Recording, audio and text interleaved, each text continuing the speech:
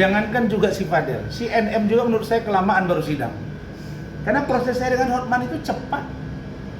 Saya P21 tahap 1, limpah berkas, P21 tahap 2, kirim ke jaksa, seminggu kemudian keluar panggilan sidang, relasnya.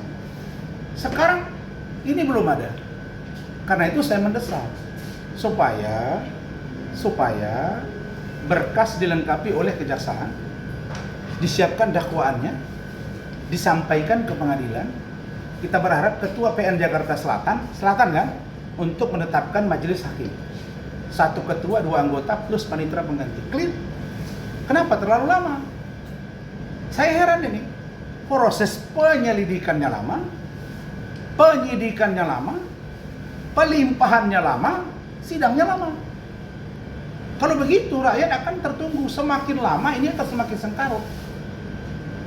Nah, jadi saya lihat ini masing-masing pasang strategi.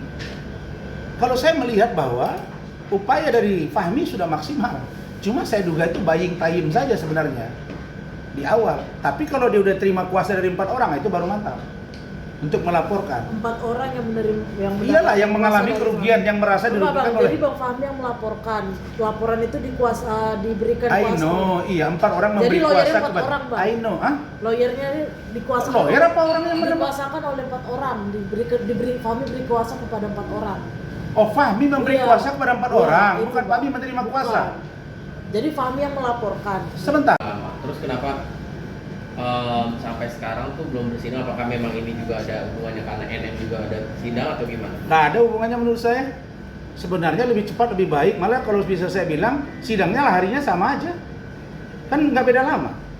Duluan Fadil berapa hari masuk NM kan? Ya sudah, majelis hakimnya bila perlu itu juga majelisnya. Menurut saya majelis pemeriksanya tinggal ganti itu doang kok. Paling paniteranya ganti.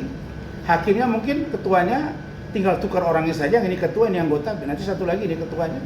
Supaya, karena ini mata rantai, walaupun kasusnya berbeda. Tetapi Fadel, itu yang saya katakan tadi, mesti berani bersuara. Tidak boleh diam. Benar tidak 10 kali ditiduri? Benar tidak ada aborsi? Benar tidak Fadel mengetahui dan atau menyuruh?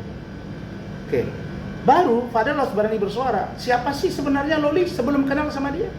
Pernah tidak dia berhubungan badan dengan orang di UK? Siapa cowok dia yang pertama kali mengambil kegadisannya di Jakarta? Bagaimana dengan proses pacaran dengan si A, si B, dan si C? Dan Fadil sudah tahu itu. Ungkap aja.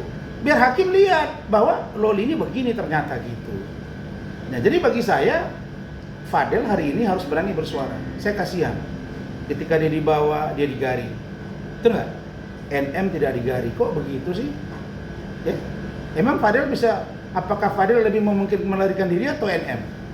Fadil nggak ada duit, orang tuanya susah. Sudahlah. Saya justru sekarang ingin bagaimana melihat reaksi dari seorang Loli yang menurut saya di posisi Fadil dia dianggap terlibat, di posisi NM ibunya. Maka dia berada pada posisi yang galau. Lah itu tadi, karena dia membuat runyam masalah, termasuk saya dikecewakannya, tapi saya tidak masalah. Yang penting bagi saya Fadil bisa selamat, asalkan Fadil bisa bersuara. Itu. Bang, mungkin terakhir dari saya, ini kan ada ungkapan dari pengacara baru Fadil yang mengatakan bahwa akan ada beberapa bukti yang memang selama ini belum terungkap. Abang sendiri apakah mengetahui bukti yang memang nggak ada itu. Saya pastikan nggak ada itu. Itu pepesan kosong itu. Mana ada bukti, apalagi bukti udah ada di saya semua. Yang komunikasi sama ibu yang di yang di UK kan saya yang duluan komunikasi, data dari saya kok itu kepada Fadil yang kesana. Nggak tahu saya apa yang diperbuat oleh pengacara ini. Menurut saya ya tong kosong aja itu. Cerita kemarin katanya kalau udah mereka pegang nanti akan dihentikan, kemudian akan hukumannya akan berdamai ringan dan lain sebagainya. Nggak ada semua yang terbukti itu. Ya bilang aja kalau lu mau megang jadi pengacara supaya lu masuk TV, bilang kami nggak mau masuk TV juga, wawancara juga. Kalau memang benar-benar komitmen jangan nongol, diem. Berarti bantu dari belakang. Menyimpan ada rasa sakit hati juga, Bang? No. Mendengar statement dari Abang. No. Saya menangkapnya seperti itu. Tidak sakit hati saya. Saya sudah ingatkan Pak Umar Bajideh, orang tuanya. bahwa hati-hati memilih pengacara, jangan sampai pengacara dimaksud cari panggung, ambil panggung untuk kasus ini. Itu saja. Kita ini udah capek, bukan cari panggung. Panggung itu nyari kita sekarang, itu karena Allah Ta'ala. Begitu. Tapi Bang, melihat ini ada kemungkinan damai nggak Bang? Antara Mana ada lagi. Nggak ada ya, itu, Bang? nggak ada. Anda berpikir aja lah bagaimana air dengan api. Selesai, nggak ada itu. Nggak ada itu. Justru saya yang ada peluang sekarang melaporkan NM. Karena dia melaporkan saya membuka data pribadi dan di SP3. Tapi saya tidak lakukan karena saya kasihan dengan beban dia. Saya lihat anak dia bagaimana posisi sekarang kan. Saya paham lah. Itu yang saya bilang tadi, bahwa dalam persidangan begini, saya bandingkan kasus saya. Saya di branding 3 tahun lebih. Bahwa saya Rasman memanipulasi data, menuduh Hotman melakukan pelecehan seksual, mempengaruhi iklim hakim, membuat data-data palsu demi kepentingan saya. Tapi di persidangan saya bisa patahkan itu, akhirnya terbuka. Mampu tidak Fahmi akan melakukan itu? Mampu tidak pengacara Fadil melakukan itu? Itu dulu ukurannya, indikatornya itu. Nah, baru Anda dibilang jago. Kalau masalah bayi tayim tunda ke tunda itu bukan jago, itu hanya proses. Justru saya semalam menantang hakim, udah percepat aja, nggak perlu. Saya kira itu kenapa NM yang begitu jago dan berani di luar sekarang nggak berani bersuara waktu dia pergi dilimpahkan kemarin dari Polda Metro ke pengadilan, diam saja. Kalau saya saya bersuara, bersuara. Kenapa diam saja gitu? Ngomong dong. Saya minta ini diperiksa. Ingat ya. Kalau Anda melindungi orang lain, maaf nih, dalam dugaan bukan menuduh, ada sesuatu yang dijanjikan buat Anda lalu Anda tutupi, Anda orang yang paling bodoh. Karena harga diri harus tinggi, hati yang harus rendah. Harga diri tak bisa dibeli, hati tanpa dibeli harus rendah. Saya kira begitu. Itu sikap saya, oke? Thank you very much. Thank you, Bang. Yang kedua, kalau Fahmi merasa bahwa ada produk skincare yang dia miliki, lalu dinyatakan dalam hasil lab cream yang diproses melalui BP POM atau apapun sejenisnya yang diakui undang-undang, menyatakan ada dugaan merkuri, overclaim, dan hidroquinone, barulah dia dapat memberi kuasa kepada orang untuk melaporkan. Nah pertanyaannya, kenapa sih harus beri orang? Kalau memang dia, nah pertanyaan dia kan laki-laki. Apa dia pengguna? Pasti perempuan yang guna. Atau memang dia mencari sesuatu untuk mencari kelemahan dari pihak Reza Gladys. Kalau lebih cerdas menurut saya, kalau begini potensi yang diduga, harusnya dia bawa ke BP POM. Dulu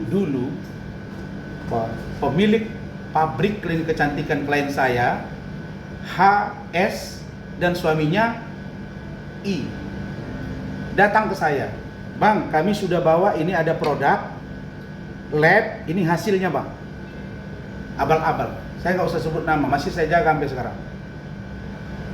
Itu boleh diproses. Nah karena itu menurut saya bawa ke BP POM. BP POM nyatakan ini bermasalah, situlah Anda jalan. Karena BP POM punya fungsi juga untuk penyidikan. Dari situ bisa. Kalau BP POM lambat, laporkan. Ada apa dengan BP POM? Penyalahgunaan kewenangan dan lain sebagainya. Itu.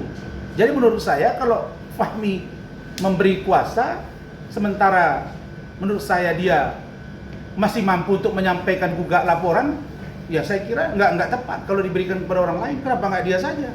Terus lampiran yang akan dijadikan bukti bahwa ada dugaan produk kecantikan tersebut abal-abal, tidak mudah juga, Bos.